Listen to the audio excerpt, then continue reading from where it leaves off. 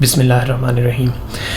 Last time हम लोगों ने एक डिफरेंट किस्म की मशीन देखी थी which wasn't a physical machine, it was a virtual machine, लेकिन the concept was the same कि आपके पास एक वर्चुअल मशीन है, उस वर्चुअल मशीन की अपनी एक लैंग्वेज है, उस लैंग्वेज के साथ आप इंटरेक्ट कर सकते हैं और फिर वो मशीन जिस तरीके से आपके काम को एग्जीक्यूट करती है वो हमारा कंसर्न नहीं रहता। ठीक है जी। सो इसी कॉन्सेप्ट को हम एक स्टेप फर्दर लेके जाना चाह रहे हैं, ये यूं कहे कि एक स्टेप बैक लेके जाना चाह रहे हैं कि वापस हम फिजिकल मशीन्स की तरफ जाएंगे, लेकिन डिफरेंट किस्म की फिजिकल मशीन्स हम देखेंगे।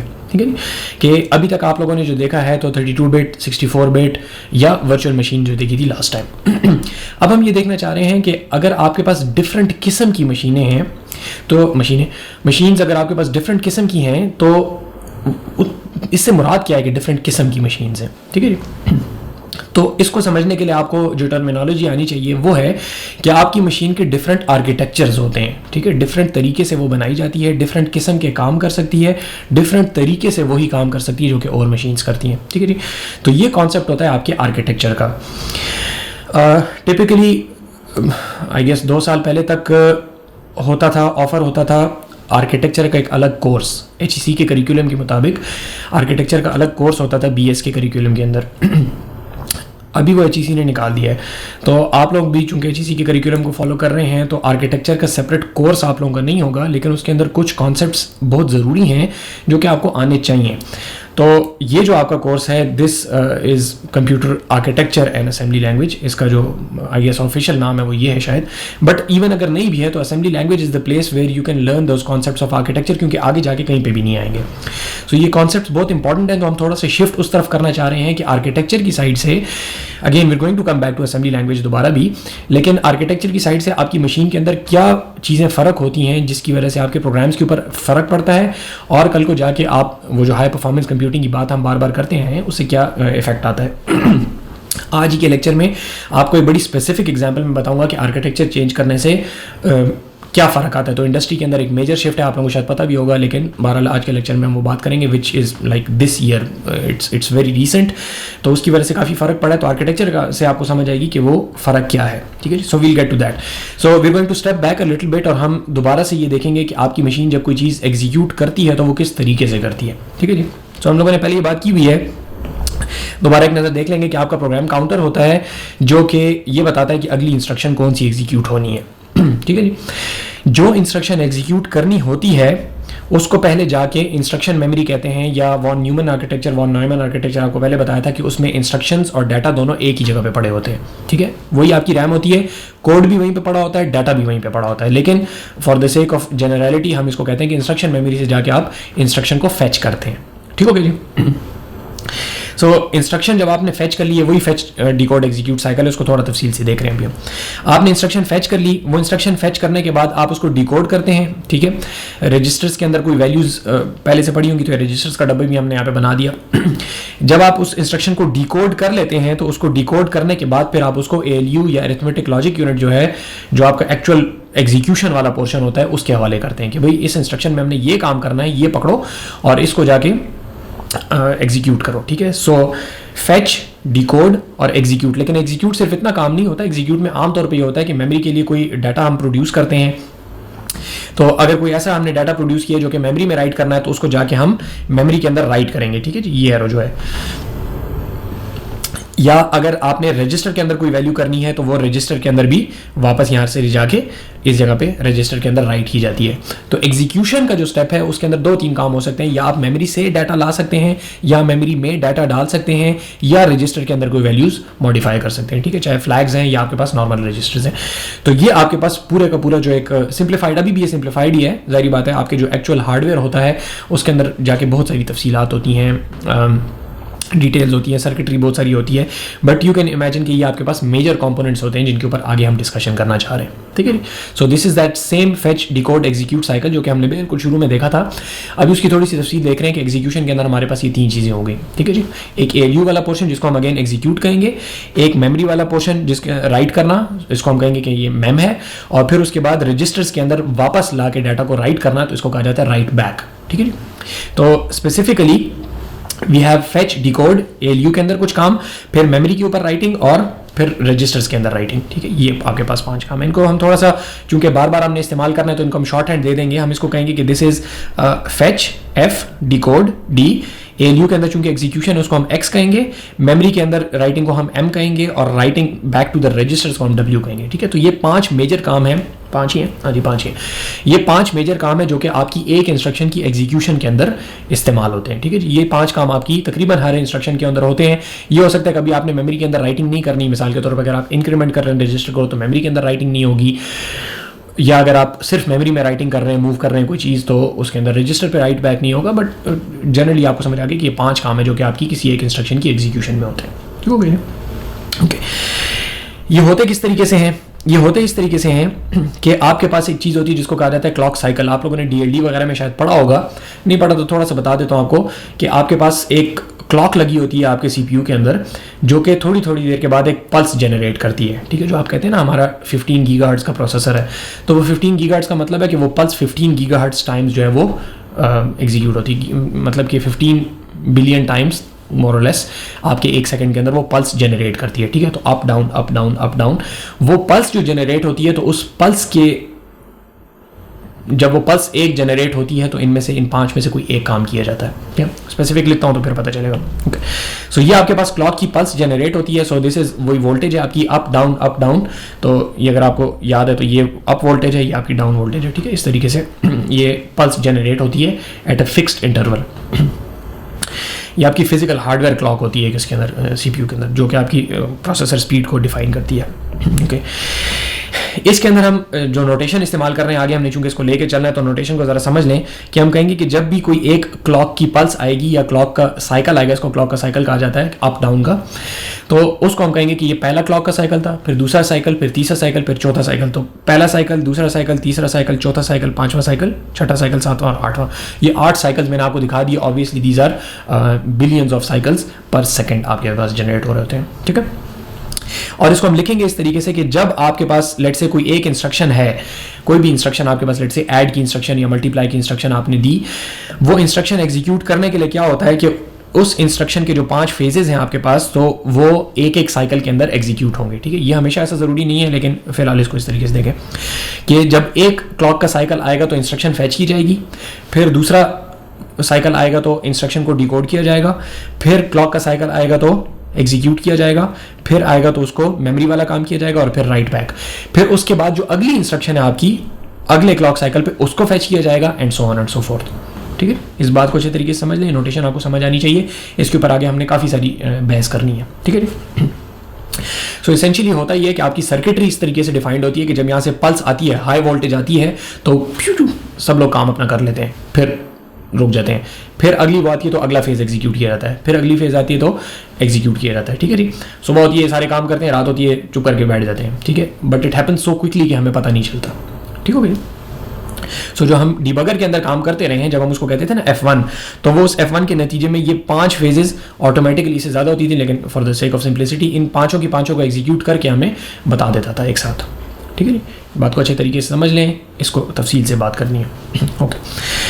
इस तरीके से अगर हम क्लॉक की फेजेस बनाएं तो उनको बनाना थोड़ा सा मुश्किल होता है और आगे हमने काफ़ी तफसीली इसके ऊपर बहस करनी है। तो एक डिफरेंट नोटेशन हम यहाँ पे लेना चाह रहे हैं, इसी चीज़ को मैं भी दूसरे तरीके से लिखूंगा। एग्जैक्टली यही काम है, अगर ये समझ आ गया है, इसी का डिफरेंट हमने नोटेशन लेनी है। वो क्या है कि जब क्लॉक का एक साइकिल आता है तो उस टाइम पर कौन सी चीज़ एग्जीक्यूट होती है। तो 5 हमारे पास टोटल चीज़ें जो कि एग्जीक्यूट हमने करनी है। सो इसको हम इस तरीके से बनाएंगे कि ये 5 चीज़ें जो कि हमने एग्जीक्यूट करनी है, ठीक है। 5 फेजेस हैं आपके पास। क्लॉक साइकिल 1 के अंदर आपकी जो इंस्ट्रक्शन 1 है वो फैच हुई, ठीक है। तो इसको इस तरीके से देखेंगे कि टाइम आपका नीचे की तरफ जा रहा है, टाइम आपका नीचे की तरफ इंक्रीज हो रहा है, ठीक है। जब अगली क्लॉक की पल्स आई तो उस वक्त आपकी इंस्ट्रक्शन 1 जो है वो क्या हो रही थी, डिकोड हो रही थी। फैच वाले फेज में कोई भी नहीं था फिलहाल, ठीक है। इस तरीके से एग्जीक्यूशन के लिए भी कुछ नहीं है, यहाँ कुछ नहीं है, यहाँ कुछ नहीं है। जब अगली क्लॉक की फेज आई, साइकिल आई, तो इंस्ट्रक्शन 1 अब एग्जीक्यूट हो रही है। फिर उसके बाद अगली फेज में इंस्ट्रक्शन 1 मेमोरी के अंदर राइटिंग कर रही है और फिर उसके बाद instruction 1 write back to the registers कर रही है आपके, ठीक हो गया। यहाँ तक बात सी, नोटेशन अगर समझ आ गई है। इसके बाद जब आपके पास अगली इंस्ट्रक्शन आएगी तो वो C6 से शुरू होगी, C6 के अंदर वो फैच होगी, फिर C7 के अंदर वो डिकोड होगी, फिर एग्जीक्यूट होगी, and so on and so fourth, इस तरीके से चलेगी। ठीक है, तो ये नोटेशन भी अगर समझ आ गई है तो इट शुड बी क्लियर कि इसमें किस तरीके से ये एग्जीक्यूशन हो रही है। ठीक है, तो क्लॉक साइकिल्स के हिसाब से इट्स वेरी इंपॉर्टेंट, क्योंकि आगे हम जितनी भी डिस्कशन करेंगे कि प्रोसेसर कितना तेज होता है, किस तरीके से काम करता है, डिसीजन कैसे लेता है, सारों के अंदर यही नोटेशन हम इस्तेमाल करेंगे, इसको अच्छे तरीके से समझ लें। ठीक है जी, ओके। अब हम कैलकुलेट करना चाहते हैं कि आपके पास इसकी स्पीड कितनी है। पहली चीज़ जो हम देखना चाह रहे हैं, तो हम स्पीड जो है दैट जब आप लोगों ने फिजिक्स वगैरह में पढ़ी होगी, स्पीड क्या होती है, डिस्टेंस डिवाइडेड बाय टाइम। तो अब यहाँ पे डिस्टेंस तो है नहीं, ठीक है, लेकिन स्पीड तो और भी चीज़ों पे हो सकती है। स्पीड कहा जाता है कि कोई भी काम कितने तेज़ी से हो रहा है। ठीक है जी, तो यहाँ पे दो किस्म की स्पीड हम देखेंगे। पहली वाली को देखें। पहली वाली ये कह रही है, जिसको हम लेटेंसी कहते हैं, वो ये है कि आपकी एक इंस्ट्रक्शन को एग्जीक्यूट होने में कितने साइकिल्स लगेंगे। ठीक है, ठीक है, तो ये I1 को एग्जीक्यूट होने में कितने साइकिल्स लगे, एक में फैच हुआ, डिकोड हुआ, फिर execute, right and memory and right. ठीक है, तो ये 5 काम जब आपके पास हुए तो 5 साइकिल्स के अंदर आपकी एक इंस्ट्रक्शन एग्जीक्यूट हो रही है इस करंट सिचुएशन के अंदर। ठीक है, सीम्स वेरी ऑब्वियस, लेकिन इसको आगे थोड़ा सा देखेंगे अभी। सो इसको हम कहते हैं कि 5 साइकिल्स पर इंस्ट्रक्शन। अब आप मुझे ये बताएं कि क्या ये बेहतर नहीं होगा कि हमारे पास कम साइकिल्स के अंदर एक इंस्ट्रक्शन एग्जीक्यूट हो जाए? अगर मैं कहूं कि 2 साइकिल्स के अंदर इंस्ट्रक्शन एग्जीक्यूट हो सकती है, तो क्या स्पीड तेज होगी या कम होगी? दोबारा सवाल सुने और सोचें इसके ऊपर पॉज करके। अगर आपको मैं ये कहूं कि 2 साइकिल्स के अंदर आपकी एक इंस्ट्रक्शन एग्जीक्यूट होती है, तो स्पीड इंक्रीज हुई कि डिक्रीज हुई? मैंने 5 से 2 कर दिया, तो स्पीड इंक्रीज हुई कि डिक्रीज हुई? सो पॉज करके सोच लें, मैं आगे चलता हूं। So if this was 2 cycles पर इंस्ट्रक्शन, इसका मतलब है कि आपकी ज्यादा इंस्ट्रक्शंस आपकी तेजी से एग्जीक्यूट हो रही हैं। ठीक है, क्योंकि पहले इतने टाइम में आप वो काम कर रहे थे, अभी आप वही काम इतने टाइम में कर रहे हैं। तो कम टाइम में अगर कोई काम कर रहे हैं तो उसको हम कहते हैं कि स्पीड इंक्रीज हो गई है। ठीक है, इसको कहते हैं latency. Latency generally computer science में बहुत जगह पे इस्तेमाल होता है। लेटेंसी इस बात को कहते हैं कि जब आपने बात शुरू की और जब आपने बात खत्म की तो दरमियान में कितना टाइम लगा। तो इंस्ट्रक्शन एग्जीक्यूट करनी शुरू की और इंस्ट्रक्शन एग्जीक्यूट करनी खत्म की, दोनों के दरमियान में कितना टाइम लगा? ये टोटल टाइम हमारा 5 का लगा। ठीक है, और वो यूनिट्स उसके क्या है? साइकिल्स। ठीक है, तो इसको कहा जाता है लेटेंसी। मिसाल के तौर पर इसको कहते हैं number of cycles needed to complete 1 instruction. ठीक है, एवरेज नंबर ऑफ साइकिल्स। आगे इसको देखते हैं थोड़ा सा। ओके, दूसरी एक चीज़ है जिसको हम कहते हैं थ्रूपुट। थ्रूपुट हम ये कह रहे हैं कि आपके पास अगर कोई इंस्ट्रक्शन है, ठीक है, तो लेट्स से 2 इंस्ट्रक्शंस अगर हम एग्जीक्यूट करते हैं तो 2 इंस्ट्रक्शंस को एग्जीक्यूट करने में कितना टाइम लगेगा? ठीक है, so it seems Fairlie obvious कि 5 एक को और 5 दूसरे को, तो आपको कितना टाइम टोटल लगा? 5 + 5 10। ठीक है, तो थ्रूपुट इस बात को कहा जाता है कि पहले कंप्यूट कर लें फिर उसके बाद बात करें। सही, सो थ्रूपुट इज कितनी इंस्ट्रक्शंस आपने एग्जीक्यूट की डिवाइडेड बाय कितने टाइम में। ठीक है, तो 2 इंस्ट्रक्शंस एग्जीक्यूट की आपने टोटल 10 साइकिल्स में। It's very similar to latency, तवज्जो से देखें। So your latency was 5, your throughput is 1/5. ठीक है, so throughput is 1/latency. throughput कहता क्या है? throughput कहता यह है कि आप असेंबली लाइन है आपके पास जिसमें से आप गाड़ियां बना रहे हैं। लेटेंसी ये कहती है कि आपने गाड़ी बनाना शुरू की, गाड़ी के बनने तक आपका टोटल कितना टाइम लगा। ठीक है, सुबह आपने गाड़ी बनाना शुरू की 8 बजे, 12 बजे गाड़ी बन के बाहर आई। ठीक है, तो इसका मतलब है कि आपके पास लेटेंसी कितनी है? 4 आवर्स की। ये लेटेंसी है। थ्रूपुट ये कहता है कि आप असेंबली लाइन के बाहर उस तरफ दरवाजे पे खड़े हुए हैं, आप ये कह रहे हैं कि मुझे ये बताओ कि 1 घंटे में कितनी गाड़ियां प्रोड्यूस हो रही हैं। ठीक है, बात समझ आ रही है? दोबारा देखें, आपके पास असेंबली लाइन है, यहां से एक गाड़ी बनना शुरू होती है, बन के जब बाहर निकलती है तो 4 घंटे लगे होते हैं इसको। ठीक है, this is the latency of producing the car. दूसरी चीज है कि आप यहां पे खड़े हुए हैं और आप कहते हैं कि भाई मैं यहां खड़ा हूं, मुझे बताओ 1 घंटे में कितनी गाड़ियां प्रोड्यूस हो रही हैं। ठीक है, तो अब शुरू 8 बजे आप आगे खड़े हो गए, 8 बजे से 9 बजे तक कोई गाड़ी प्रोड्यूस नहीं हुई, दैट इज 0, प्लस 9 बजे से 10 बजे तक कोई गाड़ी प्रोड्यूस नहीं हुई, 0, 10 बजे से 11 बजे तक कोई गाड़ी प्रोड्यूस नहीं हुई, 0, 11 बजे से 12 बजे, जैसे ही 12 बजे एक गाड़ी प्रोड्यूस हो गई। ठीक, जैसे ही 12 बजे एक गाड़ी प्रोड्यूस होगी तो आपको क्या पता चला, यहाँ पे 1 घंटे में एक गाड़ी प्रोड्यूस हुई। अब आप कहते हैं अच्छा भाई मुझे अब एवरेज बताओ इनकी। So your average is going to be 1 total divided by 4 hours, तो 1/4 इज योर थ्रूपुट। थ्रूपुट ये कहा जाता है कि आप किसी जगह पे खड़े हुए हैं तो बाहर से कितनी चीज़ें बाहर आ रही हैं, थ्रू होके पुट बाहर कितनी हो रही हैं। ठीक है, लेट्स से एक पाइप है, पाइप से चीज़ें गिर रही हैं बाहर की तरफ, आप वहाँ पे खड़े हुए हैं तो पाइप के थ्रू आके चीज़ें कितनी बाहर जाके पुट हो रही हैं, थ्रूपुट इसको कहा जाता है। ठीक है, तो लेटेंसी और थ्रूपुट का फर्क समझें। ये दोनों स्पीड के मेजर हैं। आप बाहर खड़े हैं, आप कह रहे हैं भाई गाड़ियाँ कितनी तेज़ी से बाहर गिर रही हैं। ठीक है, तो ऑब्वियसली अगर आपके पास ज़्यादा गाड़ियाँ गिर रही हैं, थ्रूपुट ज़्यादा है, तो हम कहेंगे स्पीड ज़्यादा है। जबकि लेटेंसी में उल्टा है। अगर लेटेंसी ये कहती है कितना टाइम लग रहा है किसी चीज़ को प्रोड्यूस होने में, तो अगर लेटेंसी ज़्यादा है तो इसका मतलब है कि आपके पास स्पीड कम है। ठीक है, 2-3 दफ़ा इसको समझ लें अच्छे तरीके से, गाड़ी की एग्जाम्पल से अच्छी समझ आ जाएगी। अब जहन में आता है कि 2 अलग अलग बातें क्यों हैं, क्योंकि कभी कभी हम इस बात में इंटरेस्टेड होते हैं, या आगे जाके ऑपरेटिंग सिस्टम में आप थोड़े से तफसील से देखेंगे भी, कभी कभी हम इस चीज़ में इंटरेस्टेड होते हैं कि कोई काम शुरू करने से उसके ख़त्म होने तक कितना टाइम लगता है। मिसाल के तौर पे आपने अपने ब्राउज़र पे क्लिक किया, क्लिक करने से लेकर ब्राउज़र के फुल बनने तक, ठीक है जी, कि पूरी की पूरी विंडो आपको नज़र आ जाए, वो आपको कहे अब अपना URL एंटर करो, इसमें कितना टाइम लगता है, दैट इज़ द लेटेंसी। ठीक है, तो हम लेटेंसी में वहाँ पे इंटरेस्टेड होते हैं। दूसरी चीज़, मिसाल के तौर पे अगर आप कोई वो कर रहे हैं, गेम को प्रोड्यूस कर रहे हैं और आप उसमें चाहते हैं कि फ्रेम्स प्रोड्यूस हों, आप चाहते हैं 30 फ्रेम्स पर सेकंड प्रोड्यूस हों, जो थ्रूपुट है वो 30 हो, यानी कि 30 फ्रेम्स पर सेकंड प्रोड्यूस हों। एक फ्रेम खुदा करे आप सुबह से बनाना शुरू कर दो, आई डोंट केयर, जब मुझे ज़रूरत हो उस टाइम पे 30 फ्रेम्स पर सेकंड प्रोड्यूस होने चाहिए। ठीक हो गया। सो अब आपके पास थ्रूपुट जो है वो कभी इंपॉर्टेंट होता है आपके लिए, कभी आपके पास लेटेंसी इंपॉर्टेंट होती है। ठीक है, तो 2 मेजर्स ऑफ स्पीड हैं, दोनों को हम इस्तेमाल करते हैं। यहाँ पे अब ये देखें कि हमने कहा कि थ्रूपुट इज़ 1/लेटेंसी, लेकिन ये ज़रूरी नहीं है। ज़रूरी क्यों नहीं है?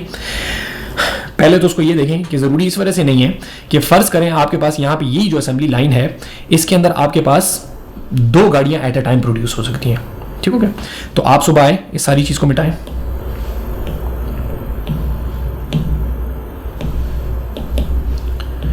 सुबह आए, आपने गाड़ी प्रोड्यूस करना शुरू की, 2 गाड़ियाँ प्रोड्यूस करनी शुरू की, दूसरा घंटा गुजरा, तीसरा घंटा गुजरा, चौथा घंटा गुजरा, चौथा घंटा गुजरने के बाद आपके पास 2 गाड़ियाँ एक साथ प्रोड्यूस हो गई। लेटेंसी कितनी है? लेटेंसी क्या कहती है? एक गाड़ी प्रोड्यूस होने में कितना टाइम लगेगा? एक गाड़ी प्रोड्यूस होने में 4 घंटे लगे, दूसरी गाड़ी के भी अपने प्रोड्यूस होने में 4 घंटे ही लगे हैं। So latency still 4। इसमें हम ये नहीं कहते कि अगर आपके पास latency is from start to end, एक गाड़ी के अंदर हम इंटरेस्टेड हैं। ठीक है जी, लेटेंसी वैसे इस चीज़ का नाम है। चाहे आप 10 गाड़ियाँ प्रोड्यूस कर लें, लेकिन हर गाड़ी इंडिविजुअली कितना टाइम ले रही है, सो 4। ठीक है जी, सो लेटेंसी स्टिल 4 आवर्स पर कार। ठीक हो गई। जबकि थ्रूपुट में क्या है? थ्रूपुट में अगेन वही बात आपने शुरू से की, सुबह 8 बजे आप आके खड़े हो गए, 8 से 9 0 गाड़ियाँ, 9 से 10 0 गाड़ियाँ, 10 से 11 0 गाड़ियाँ, 10 से 12 2 गाड़ियाँ। So now your throughput is 2/4 which is 1/2। तो थ्रूपुट जरूरी नहीं है कि 1 लेटेंसी हो, लेकिन कम से कम 1 लेटेंसी जरूर होता है। ठीक है, या यूं कहेंगे in the worst case it's 1 latency. ठीक हो गया। तो ये थ्रूपुट और ये चीज़ जो है, ये डिस्कशन हम कर क्यों रहे हैं? ठीक है, पहली बात तो ये कि अगर ये बात पहले से फिक्स्ड है कि आपके पास इस तरीके से इन्होंने एग्जीक्यूट होना है, तो वो तो बस गीगाहर्ट्ज़ के अंदर हमारे पास स्पीड मौजूद है, बस उसके तरीके से करेंगे हम काम। ठीक है, so there is a difference. We can improve this throughput, जिस तरह आपको भी बताया कि 1 लेटेंसी से इसको हम इम्प्रूव कर सकते हैं, बेहतर कर सकते हैं। कैसे हम कर सकते हैं? यहाँ पे जैसे हमने देखें कि हमने चीज़ों को पैरेलल में चलाया। ठीक है, but first the question is कि हम इम्प्रूव करना क्यों चाह रहे हैं? ठीक है ना, बस लेटेंसी अगर हमारे पास इतनी है और हमें पता चल रहा है कि हम अपनी स्पीड को, प्रोसेसर की स्पीड को इंक्रीज कर सकते हैं, instead of it going from 1 gigahertz वो 2 गीगाहर्ट्ज़ हो जाएगा, 2.4 गीगाहर्ट्ज़ की जगह पे हम 3.7 गीगाहर्ट्ज़ का प्रोसेसर लगा लेंगे, उससे स्पीड तेज़ हो जाएगी, साइकिल ज़्यादा होंगे। तो अगर वही 5 साइकिल्स एक गाड़ी के बनाने में लग रहे हैं, एक इंस्ट्रक्शन के एग्जीक्यूट होने में लग रहे हैं, ज़्यादा तेज़ साइकिल्स होंगे तो आपके पास स्पीड तेज़ हो जाएगी। ठीक है, so the problem is what comes from what is called the Moore's law. ठीक है। सो मूर्स लॉ को रीड खुद कर ले, मैं इसके अंदर बहुत तफसील से नहीं जा रहा क्योंकि I have to cover the basics of everything. But Moore's law जो है that is one of the fundamental principles, guiding principles of advancement in computer science. बड़े अरसे से रहा है, आजकल इसके थोड़े से हालात फ़र्क है। मूर्स लॉ भी पढ़ें और ये भी पढ़ें कि मूर्स लॉ इन 2020 क्या सिचुएशन है। So there is a difference between historical discussion of Moore's law और आजकल जो मूर्स लॉ है, ठीक है जी, थोड़ा सा फ़र्क है, उसको दोनों को पढ़ें। Okay, so what does the Moore's law से? सो मूर्स लॉ ये कहता है कि आपके पास जैसे जैसे टाइम गुजरता जाएगा, आपके पास जो स्पीड है कंप्यूटेशन डिवाइसेस की वो डबल होती जाएगी। एक साल में डबल होगी, उससे अगले साल उससे डबल होगी, उससे अगले साल उससे डबल होगी, उससे अगले साल उससे डबल होगी। तो ये multiply by 2 multiply by 2 multiply by 2 exponential increase आपके पास कंप्यूटेशन पावर के अंदर आएगा। और ये बड़े अरसे तक हम ये देखते रहे कि Moore's law was in effect हर साल, जिस तरह आप कहते हैं ना भाई मैंने तो कल मोबाइल लिया और आज उससे बहुत अच्छा मोबाइल आ गया। So that is essentially Moore's law, ठीक है ना।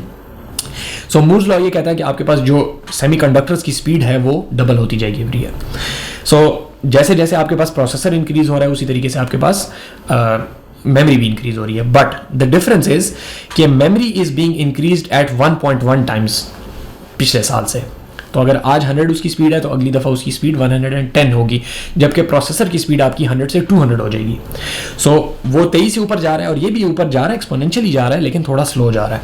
सो that leads to a gap, जो कि हम पहले भी बात कर चुके हैं कि आपका प्रोसेसर बहुत तेज़ है और आपकी मेमोरी जो है वो स्लो है। ये डिस्कशन हम पहले भी काफ़ी तफसील से कर चुके हैं।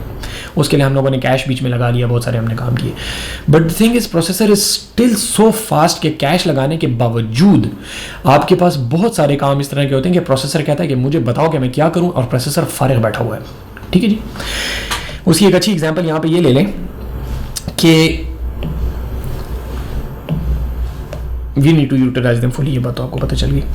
तो हमारे पास वही जो आपके पास साइकिल्स थे जिसके अंदर आपने एक इंस्ट्रक्शन उठाई, उसमें आप उसको फैच कर रहे हैं, डिकोड कर रहे हैं, एग्जीक्यूट कर रहे हैं, मेमोरी के अंदर राइटिंग कर रहे हैं और फिर रजिस्टर्स के अंदर राइट बैक कर रहे हैं और फिर अगली इंस्ट्रक्शन शुरू कर रहे हैं। तो उसकी जगह पे हम ये काम कर सकते हैं कि इन 5 फेजेस में आपका प्रोसेसर इतना तेज़ है कि वो 5 के 5 फेजेस को अगर एक साथ एग्जीक्यूट करे तब भी वो कैश से ज़्यादा तेज़ होगा, ठीक है।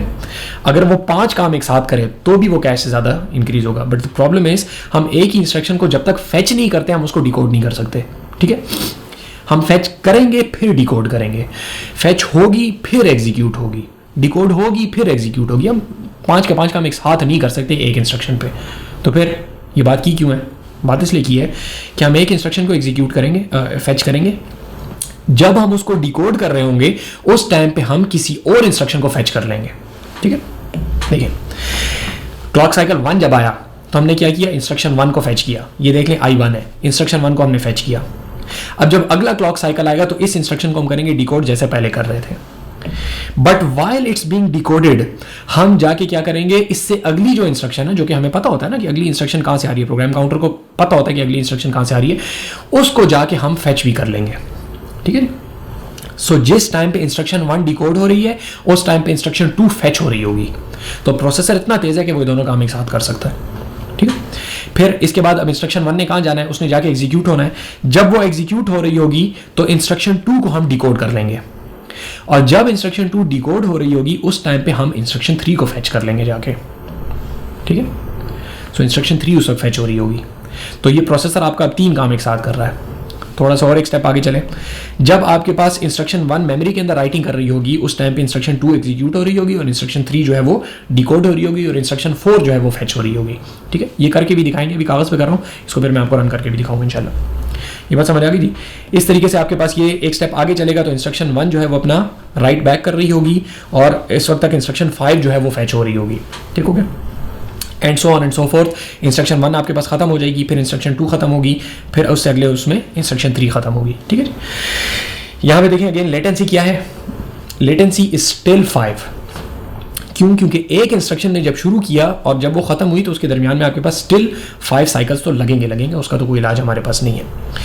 So instruction 1 takes 5 cycles to execute.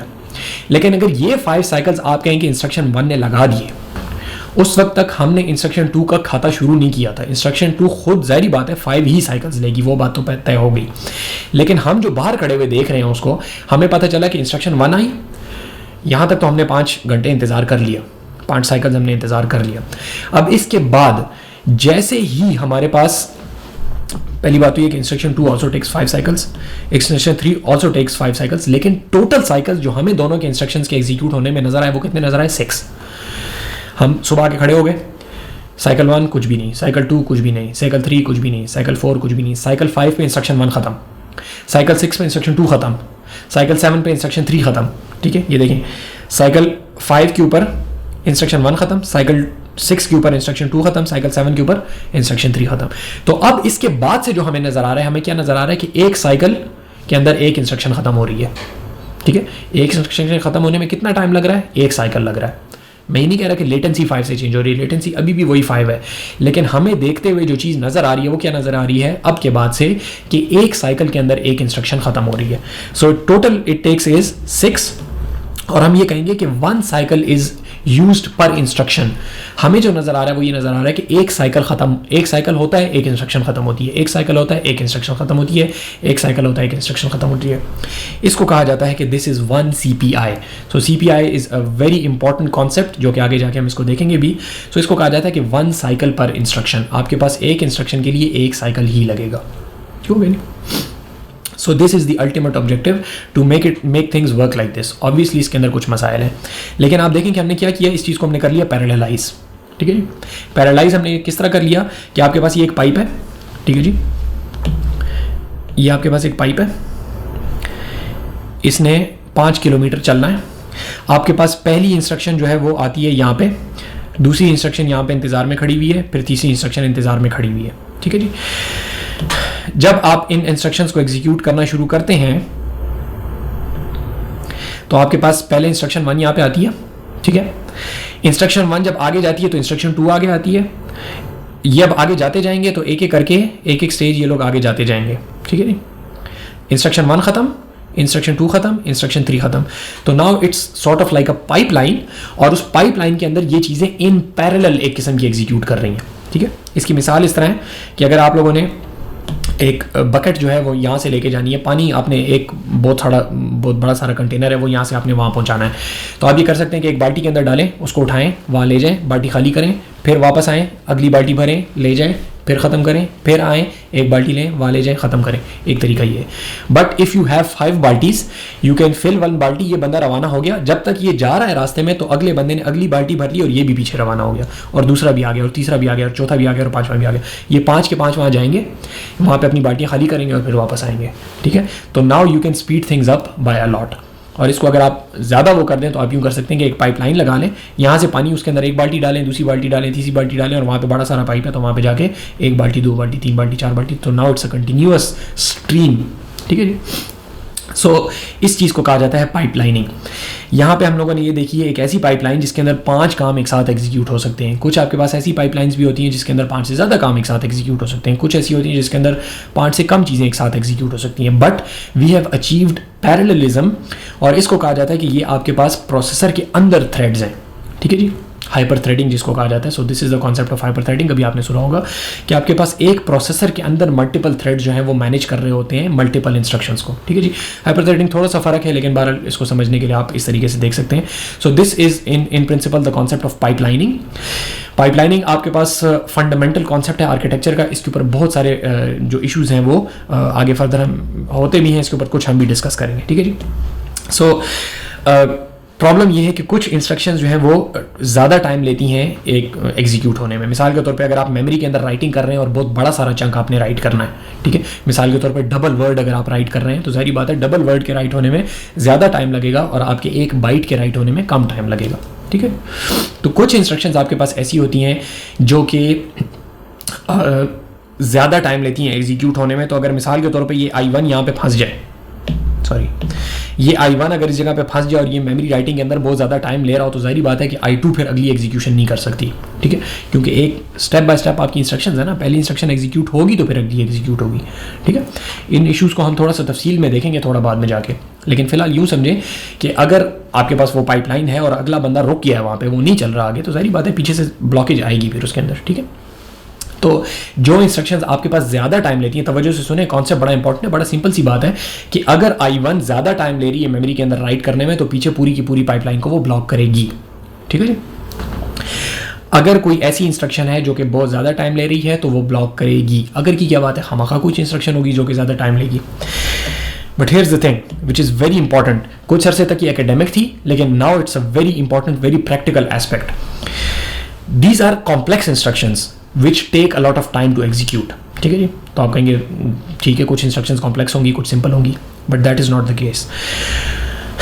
आपके पास it's a separate type of computing instructions. आपके पास जो इंस्ट्रक्शन सेट्स होते हैं, पूरा इंस्ट्रक्शन सेट होता है जिसके अंदर सारी इंस्ट्रक्शंस होती हैं। अगर उसके अंदर कुछ इंस्ट्रक्शंस ऐसी हैं जो कि बहुत ज़्यादा कॉम्प्लेक्स हैं और कुछ ऐसी हैं जो कि सिंपल हैं, तो इसको हम कहेंगे कि this is the complex instruction set computer. ऐसा कंप्यूटर जो कि इस इंस्ट्रक्शन सेट पे बना है जिसके अंदर कुछ कॉम्प्लेक्स इंस्ट्रक्शंस भी हैं। कॉम्प्लेक्स से मुराद है जो कि ज़्यादा टाइम लेती हैं एग्जीक्यूट होने में। ठीक है जी। मिसाल के तौर पे मल्टीप्लाई की इंस्ट्रक्शन है, ये डिवाइड की इंस्ट्रक्शन हम लोगों ने देखी क्लास में। डिवाइड का आपने देखा था ना कि एक स्पेसिफिक जगह पे रखो और वो इतना बड़ा सारा होता है और उसको फिर डिवाइड करते हैं। It's a complex instruction. तो वो कंप्यूटर्स जिनके आर्किटेक्चर के अंदर जो इंस्ट्रक्शंस प्रोवाइड की गई हैं उनमें कुछ कॉम्प्लेक्स भी हैं, which means they take more than one cycle, clock cycle to execute. ठीक है, दोबारा सुन लें। ऐसा कंप्यूटर है जिसकी असेंबली लैंग्वेज, हर कंप्यूटर की अपना आर्किटेक्चर होगा, उस आर्किटेक्चर की अपनी असेंबली लैंग्वेज होगी। तो उस असेंबली लैंग्वेज के अंदर कुछ ऐसी इंस्ट्रक्शंस हैं जो कि एग्जीक्यूट होने में, उनकी जो 5 फेजेज़ हैं, तो हर फेज़ में से किसी एक फेज़ को अगर आप पकड़ लें तो वो एग्जीक्यूट होने में एक से ज़्यादा साइकिल ले सकती है। इस किस्म के कंप्यूटर को कहा जाता है कॉम्प्लेक्स इंस्ट्रक्शन सेट कंप्यूटर। ऐसा कंप्यूटर जिसका इंस्ट्रक्शन सेट जो है उसके अंदर कुछ कॉम्प्लेक्स इंस्ट्रक्शंस भी हैं। ठीक है जी। इसको कहा जाता है six, complex instruction set computer. इसके अलावा कुछ और आप अभी तक हम लोगों ने देखा है, x86 का जो आर्किटेक्चर हमने देखा, 32 बिट, 64 बिट, 16 बिट, ये सारे के सारे सिस्क के ऊपर बेस्ड हैं। इसके अगेंस्ट कुछ ऐसे भी आपके पास इंस्ट्रक्शन सेट्स हैं, कुछ ऐसे कंप्यूटर्स होते हैं जिनका आर्किटेक्चर डिफरेंट होता है। उनके अंदर जो इंस्ट्रक्शन सेट होता है उनके अंदर सारी की सारी इंस्ट्रक्शंस आर गारंटीड कि उनके जो 5 फेजेस हैं, हर फेज एक क्लॉक साइकिल के अंदर खामखा एग्जीक्यूट होगा। ठीक है। अब जहन में यह बात आती है कि भाई मल्टीप्लाई किस तरीके से एक ही साइकिल में एग्जीक्यूट होगा। ठीक है। सो देखते हैं उसको थोड़ी देर के लिए। लेकिन इनको कहा जाता है reduced instruction set computers, risk computers. Risk इनको क्यों कहा जाता है? क्योंकि देर रिड्यूस इंस्ट्रक्शन सेट्स। ये रिड्यूस का लफ्ज़ 2 बातों से है। एक तो ये कि कंप्लेक्सिटी रिड्यूस होती है हर इंस्ट्रक्शन की। दूसरी बात ये कि आपके पास नंबर ऑफ इंस्ट्रक्शंस भी रिड्यूस होती हैं। इसको देखते हैं थोड़ा सा। देखें, सो सिस्क और रिस्क में फ़र्क क्या है? एक फ़र्क तो आपको बेसिकली बता दिया कि एक के अंदर कुछ इंस्ट्रक्शन जो है वो कॉम्प्लेक्स हो सकती हैं, दूसरे के अंदर सारी इंस्ट्रक्शन जो है वो सिंपल होंगी। ठीक है। बट स्पेसिफिकली एग्जांपल देख लें। मिसाल के तौर पे आपके पास सिस्क के अंदर एक इंस्ट्रक्शन है मल्टीप्लाई की। So multiply does a lot of thing. आप इसको मल्टीप्लाई को कह सकते हैं, ये सिंटेक्स थोड़ा सा गलत लिख रहा हूँ, लेकिन आपको पता है कि मल्टीप्लाई किस तरीके से करते हैं, डिवाइड किस तरीके से करते हैं। सो उसको आप कोई मेमोरी एड्रेस दे सकते हैं। अब अगर आप मेमोरी एड्रेस देते हैं तो मेमोरी से चीज़ पहले लाई जाएगी, फिर मेमोरी से लाने के बाद उसको वो मल्टीप्लाई का जो सारा ऑपरेशन है वो भी किया जाएगा। ठीक है। तो this is going to take obviously more time than just fetching something from the memory. ठीक हो गया। इसके अगेंस्ट आपके पास जो रिस्क का आर्किटेक्चर है उसके अंदर क्या होगा? रिस्क कहता है आप मेमोरी से सिरे से मल्टीप्लाई कर ही नहीं सकते।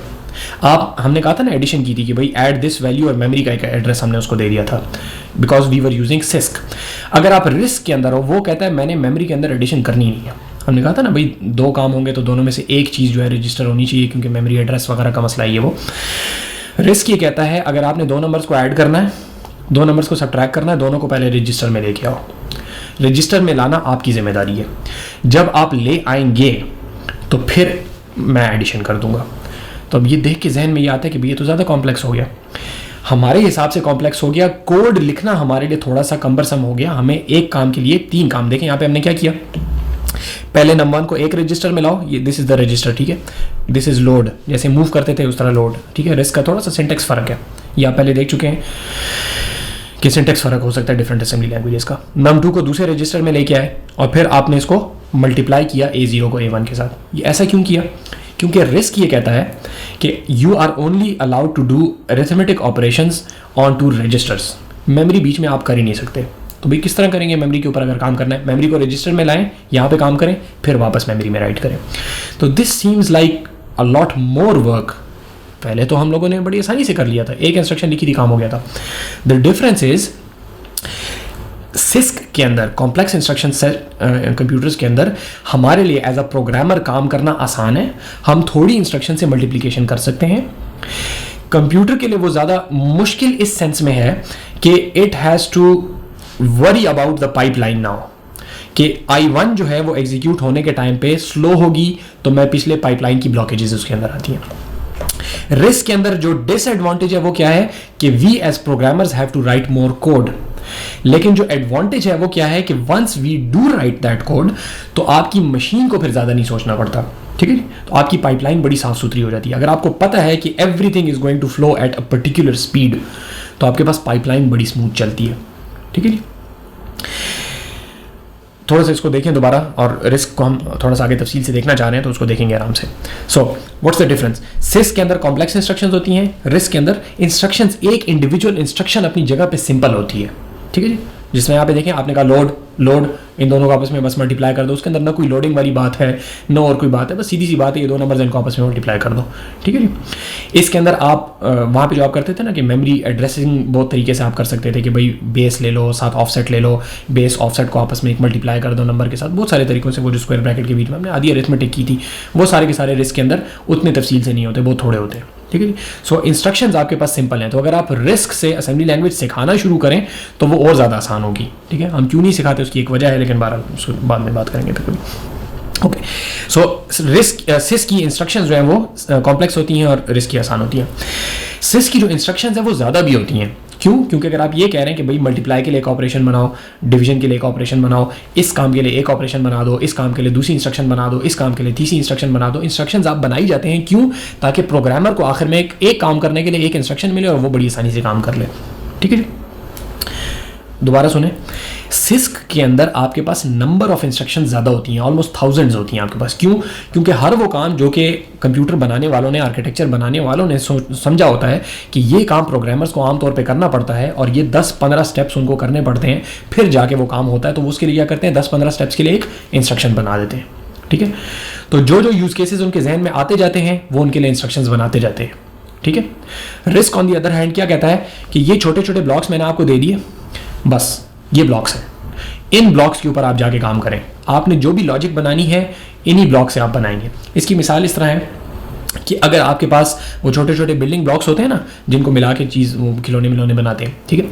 सो if you are going to create different toys yourself as a company, if you are going to create toys, you have to create a huge variety of toys. जहाज़ भी बनाएंगे और गाड़ी भी बनाएंगे और ट्रेन भी बनाएंगे और शिप भी बनाएंगे और वो सारी एक्शन फिगर्स भी बनाएंगे, बहुत सारी चीज़ें आप बनाएंगे। But if you are creating those blocks, you create like 3 types of छोटे छोटे ब्लॉक्स, एक बेंड होने वाले, एक सीधे वाले, एक लंबे वाले और एक फ्लैट वाले, ठीक है। आपने ये 4 ब्लॉक्स बना दिए। आप ये ब्लॉक्स एक बड़ी लार्ज अमाउंट में अपने जो कस्टमर्स हैं उनको पकड़ा देते हैं कि ये पकड़ो, जाओ इससे जाके जो बनाते हो, गाड़ी बनाते हो गाड़ी बनाओ, जहाज़ बनाते हो जहाज़ बनाओ, जो चीज़ बनाना चाहते हो बनाओ, ठीक है। तो ये ऐसा ही है कि सिस्क के अंदर हम प्री बिल्ट चीज़ें चूंकि बना के देते हैं तो बहुत सारी चीज़ें हमें बना के देनी पड़ती हैं। बेसिक इंस्ट्रक्शंस भी होती हैं लेकिन बहुत सारी चीज़ें हम भी बना के देते हैं। जबकि रिस्क वाले ये कहते हैं कि हम आपको सिर्फ बिल्डिंग ब्लॉक्स देंगे, उनसे आप लोगों ने जो चीज़ें बनानी है खुद जाके इन इंस्ट्रक्शंस को सॉफ्टवेयर के अंदर मिला के बनाएं। असेंबली के अंदर अपना कोड इस तरीके से लिखें जैसे यहाँ पे मल्टीप्लाई करने के लिए मेमोरी के अंदर अगर मल्टीप्लिकेशन करनी है तो you have to do this. हमने आपको मेमोरी से चीज़ लोड करने का तरीका भी बता दिया, मेमोरी के रजिस्टर्स के अंदर मल्टीप्लाई का तरीका भी बता दिया। ये कहते हैं अगर आपने मल्टीप्लाई करना है मेमोरी के अंदर से नंबर लाके, उसका ये तरीका है। 2 रजिस्टर्स को मल्टीप्लाई करना है, उसका ये तरीका है। वो करना है, उसका ये तरीका है। तो मुख्तलिफ इंस्ट्रक्शंस ये आपको देते जाते हैं, ठीक है। सो सिस्क के अंदर इंस्ट्रक्शंस का नंबर ज़्यादा होता है, ठीक हो गया। जबकि रिस्क के अंदर बेसिक जो इंस्ट्रक्शंस हैं आपके पास बहुत थोड़ी होती हैं, ठीक है। ऐसे भी आर्किटेक्चर है जिसके अंदर सिर्फ 64-65 किस्म की इंस्ट्रक्शंस है, टोटल इतनी इंस्ट्रक्शंस है बस। वो आपने एक सफ़े के ऊपर लिख दी, किसी ने पढ़ ली, उसको पूरी असेंबली लैंग्वेज आ गई, ठीक है। But then they have to spend a lot of time trying to figure out how to do those complex operations. जबकि सिस्क के अंदर क्या है, आपको एक इंस्ट्रक्शन ढूंढने में तो टाइम लगेगा लेकिन उसके बाद वो काम इस तरीके से हो जाएगा। बग्स आने के चांसेस भी कम है। रिस्क के अंदर चूंकि आप खुद लॉजिक लिख रहे हैं तो बग्स आने के चांसेस भी ज़्यादा है, ठीक है। बात समझ आ रही है? तो अभी तक ये लग रहा है कि रिस्क हमने कहानी भी बनाई और फिर उसको कोई फ़ायदा भी नहीं है। आते हैं उसकी तरफ। ओके, सिस्क के अंदर फ्यूअर लाइंस ऑफ कोड होती है। ज़ाहिर बात है, अगर आप एक काम करने के लिए आपको एक इंस्ट्रक्शन दी गई है पहले से, आप वो इंस्ट्रक्शन लिखते हैं, काम हो जाता है हमारे प्रोग्रामर के हिसाब से। जाहिर बात है आर्किटेक्चर को तो वो सारा काम फिर भी करना पड़ता है, जबकि रिस्क में वही काम करने के लिए हमें पूरी लॉजिक क्रिएट करनी पड़ती है। तो again it looks like a bad idea. ये वो चीज़ है जिसकी वजह से रिस्क अच्छा है, और वो ये है कि इट गारंटीज कि आपके पास एक साइकिल के अंदर वो एक फेज एग्जीक्यूट होगा। ठीक है, अब ये एक जो बेनिफिट है ना, इतना छोटा सा, ये कहने को बड़ा छोटा सा बेनिफिट है आपके पास, लेकिन इस एक छोटे से बेनिफिट की वजह से risk is a huge improvement over six in a lot of cases. ठीक है, वो बताता हूँ, अभी स्पेसिफिक एग्जांपल बताता हूँ कहाँ पे। ओके, सो 1 इंस्ट्रक्शन पर साइकिल से मुराद है कि पूरी इंस्ट्रक्शन नहीं, ये आपका एक फेज जो है, ये एक साइकिल के अंदर एक फेज इज गारंटीड। ठीक है, गारंटीड किस तरह, कैसे गारंटी कह सकते हैं, वो आर्किटेक्चर इस तरीके से बनाया गया है कि वो काम खामखा होगा, वो सर्किटरी इस तरीके से डिज़ाइन की जाती है कि आपका एक फेज जो है वो एक साइकिल के अंदर खामखा पूरा होगा। ठीक है, ओके। दूसरा बेनिफिट, चूंकि अब आपने बहुत सारी इंस्ट्रक्शंस पहले से बना दी हैं, so now you have to put all of those thousands of instructions in your processor. उसकी सपोर्ट आपको डालनी पड़ती है, उसके ऊपर चिप के ऊपर जाहिर बात है कंप्लेक्सिटी इंक्रीज होती है, सर्किटरी इंक्रीज होती है। जब सर्किटरी इंक्रीज होती है वो पावर भी ज़्यादा लेता है, प्लस कॉम्प्लेक्स इंस्ट्रक्शंस के एग्जीक्यूट होने में दरमियान में इस किस्म के काम होते हैं कि वो पावर जो है वो ज़्यादा लेते हैं। ठीक है जी, पावर से मुराद है बिजली ज़्यादा खाते हैं। ठीक है, वॉटेज के अंदर अगर आप उसकी कंप्यूट करें तो वो वॉट्स ज़्यादा लेते हैं। ठीक है, 65 watts, 80 watts. So this wasn't a big deal जब तक कि आपके पास बड़े बड़े सुपर कंप्यूटर्स थे, डेस्कटॉप कंप्यूटर्स होते थे आपके पास, बिजली के अंदर वो मुस्तकिल लगा होता था। अगर वो लेट्स से 80 वॉट्स खा रहा है या 100 वॉट्स खा रहा है, ठीक है, it's not that big of a deal. ज़ाहिर बात है बिजली का खर्चा ज़्यादा हो रहा है, लेकिन बस खर्चा है। ठीक है, कंप्यूटर है, कंप्यूटर खर्चा करता है, बस लोगों ने ये समझा हुआ था। Enter mobile computers. जब आपके पास लैपटॉप्स आ गए, मोबाइल फोन्स आ गए, now you have a problem because now you are powering your machine from a battery, और बैटरी की अपनी कैपेसिटी है, और जो एंड यूज़र है उसको बैटरी को चार्ज करना पड़ता है। तो you need something that is power efficient, come power खाता है वो। क्यों? क्योंकि अगर ज़्यादा पावर खाता है बैटरी जल्दी डिप्लीट होगी। You have to create a larger battery. Larger battery जब आप बनाएंगे तो फ़ोन का वज़न ज़्यादा होगा, फ़ोन का वज़न ज़्यादा होगा, लोग ख़रीदना नहीं चाहेंगे। ठीक है, फ़ोन का वज़न ज़्यादा होगा, और चीज़ें आपको निकालनी पड़ेंगी। आप बड़ा कैमरा नहीं लगा सकते क्योंकि बैटरी ने सारी जगह ली हुई है, बहुत सारे मसले। ठीक है, इस तरीके से लैपटॉप, अगर आपने थिन एंड लाइट लैपटॉप बनाना है तो आप बैटरी बड़ी नहीं रख सकते। अगर आप बैटरी बड़ी करते हैं लैपटॉप की शक्ल बुरी हो जाती है। ठीक है, एक ज़माने में होते थे, अभी भी आप लोगों ने देखे होंगे थिंकपैड की इतनी बड़ी सारी बैटरी पीछे लगी होती है, सख्त बुरी लगती है, but you need that for power. So ये चीज़ जो है, इसकी वजह से रिस्क जो है, जब मोबाइल फ़ोन्स आए हैं तो मोबाइल फ़ोन्स के अंदर वो बहुत ज़्यादा पॉपुलर हुआ है। ठीक है जी, तो स्पेसिफिक जो एग्जांपल्स हैं आपके पास सिस्की, दैट इज़ x86, इंटेल के जितने आर्किटेक्चर हैं तकरीबन सारे के सारे, एक सेलेरॉन था जो कि बीच में रिस्क के ऊपर था, बाकी सारे के सारे आपके पास सिस्क बेस्ड है। ठीक है, तो इंटेल जो है थ्रू आउट इसके ऊपर रहा है। हमने अभी तक जितना काम किया सारे का सारा सिस्क के ऊपर किया। रिस्क की एग्जाम्पल आपके पास एक है आर्म, जो कि आपके तकरीबन जितने मोबाइल फ़ोन्स हैं सारे के सारे आर्म बेस्ड है। विंडोज़ की कुछ लैपटॉप्स जो है, Surface Book Go I guess जो है वो आर्म के ऊपर बेस्ड है, लेकिन ज़्यादातर चीज़ें जो हैं वो विंडोज़ की जितनी साइड है वो सारी की सारी इंटेल बेस्ड है, सिस्क बेस्ड है। आर्म एक आपके पास बड़ा मशहूर आर्किटेक्चर है। रिस्क 5 इज़ फेयरली रिसेंट, ये काफ़ी ज़्यादा मशहूर आर्किटेक्चर है। ठीक है, it's a very simple architecture, pluggable open source किस्म का आर्किटेक्चर है। एक जो कि बहुत ज़्यादा पॉपुलर चीज़ है आपके पास, विच इज़ लाइक अभी 1 महीना 2 महीना हुआ है, आप लोगों ने नाम सुना होगा, एप्पल की जो M1 की चिप है। सो M1 की जो चिप है, या उनकी आईफोन के अंदर जो चिप लगती है A14 वगैरह, दीज आर ऑल, आईफोन वगैरह तो पहले से ही, चूँकि मोबाइल फ़ोन सारे के सारे आर्म के ऊपर चल रहे हैं तो दोज आर ऑलरेडी रिस्क। लेकिन डेस्कटॉप के ऊपर M1 chip is one of the first ones. पहले भी होती रही, ऐसा नहीं कि पहले नहीं होती रही, लेकिन now it has been done really well. So M1 की चिप जो है that is RISC based, it's an ARM variant जो कि एप्पल वालों ने अपने उसमें बनाया है। सो आप लोगों ने उसके रिव्यूज़ वगैरह देखे होंगे, अगर नहीं देखे तो इसके बाद जाके ज़रूर वो देख लें, because you should understand what they are doing. It's an extremely efficient machine. तो उसमें एप्पल का काम कम है, एप्पल ने इतना काम नहीं किया, ऑब्वियसली उनकी इंजीनियरिंग वगैरह का बहुत हाथ होगा उसके अंदर, लेकिन जो आर्किटेक्चर की हद तक बात है, it's just that they use risk. Risk के अंदर देखें, यू हैव सिंपलर इंस्ट्रक्शंस, ठीक है, you have fewer instructions, that is not a good thing, more lines of code not a good thing, but these two things, 1 instruction पर cycle, इसकी वजह से, और जो एफिशिएंसी आपके पास आई है, इन दो चीज़ों की वजह से जो आपके पास M1 की चिप है, अगर आप उसके रिव्यूज़ वगैरह देखें तो it's a lot more powerful. Why is it powerful? Because यहाँ पे जो चीज़ों को हम पैरेलल में एग्जीक्यूट कर रहे हैं, इसका अब हम मेजर एडवांटेज ले सकते हैं. ठीक है, पहले प्रॉब्लम क्या था, जो सिस्क आर्किटेक्चर के अंदर प्रॉब्लम क्या था कि पैरेललिज्म के अंदर वो ब्लॉकेज जो आ रहा था, तो ब्लॉकेज की वजह से आप फुल पैरेललिज्म अचीव नहीं कर सकते थे.